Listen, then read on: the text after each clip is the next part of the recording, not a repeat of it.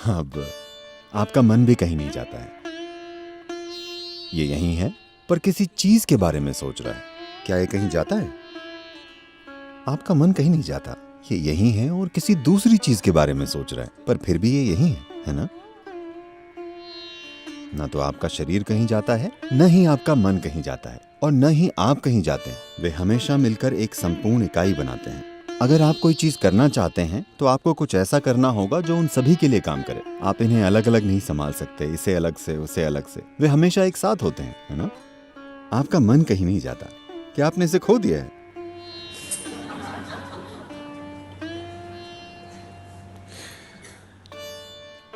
बात बस इतनी है कि आप अपने मन की कल्पनाओं से धोखा खा रहे हैं।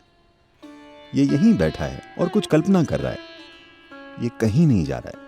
लेकिन आपकी पहचान इतनी गहरी है और आप इतने खोए हुए हैं कि आप सोचते हैं कि मन कहीं जा रहा है। मन कहीं सफर नहीं करता, ये बिल्कुल यहीं पर है ना?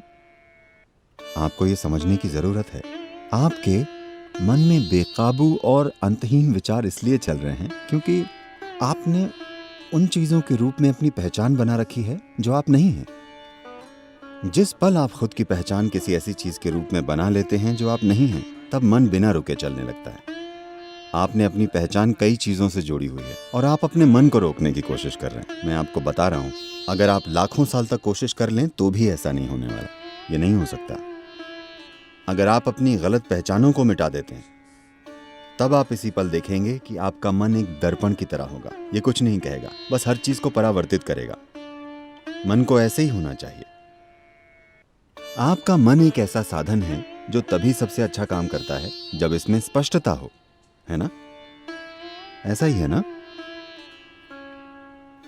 आपका मन यहां हर तरह की काल्पनिक चीजों के बारे में सोचने के लिए नहीं है।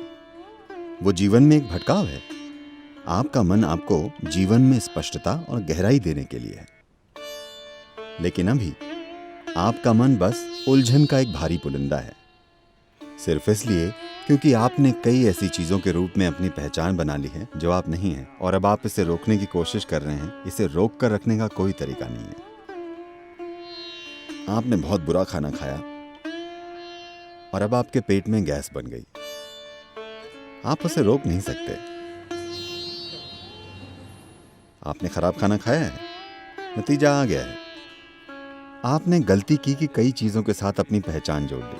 अब ये लगातार चलता जा रहा है। आप इसे रोक नहीं सकते। इससे कोई फर्क नहीं पड़ता कि आप क्या करते हैं। आप भगवान के बारे में सोचिए।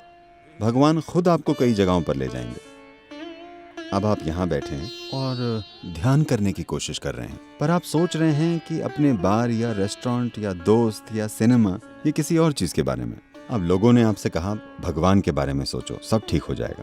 अगर आप राम या कृष्ण के बारे में सोचते हैं तो आप पाएंगे आप राम के साथ सिनेमा जाएंगे। मन की प्रकृति ही ऐसी है।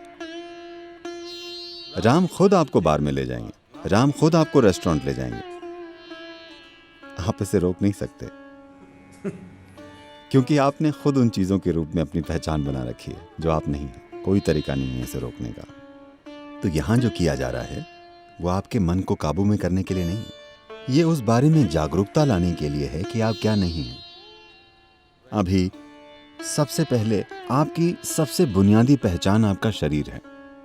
आपने पहचान बना रखी है अपने शरीर, अपने कपड़े, अपने हेयर स्टाइल और अपनी दाढ़ी के रूप में भी, है ना? बहुत गहरी पहचान है ना?